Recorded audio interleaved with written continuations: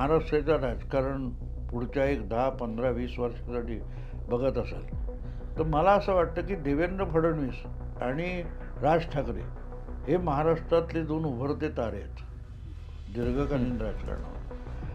आता ते अनेकांना मी असं बोललं की आवडणार नाही असं, कारण भाऊंना राजविषयी सॉफ्ट कॉर्नर आहे तो आहे, मी नाकारत नाही.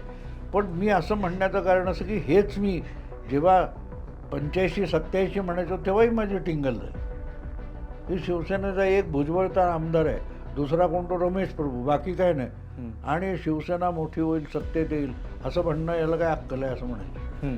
आले ना ते सत्तेत, 95मध्ये आले, 10 वर्ष गेली मध्ये. पण त्यावेळेला मी मार्मिकचा संपादक असताना आणि तिथे शिवसेना विस्तारत असताना मी जे बघत होतो त्याच्या आधारे मी केलेलं भाष्य होतं ते बरोबर ठरलं.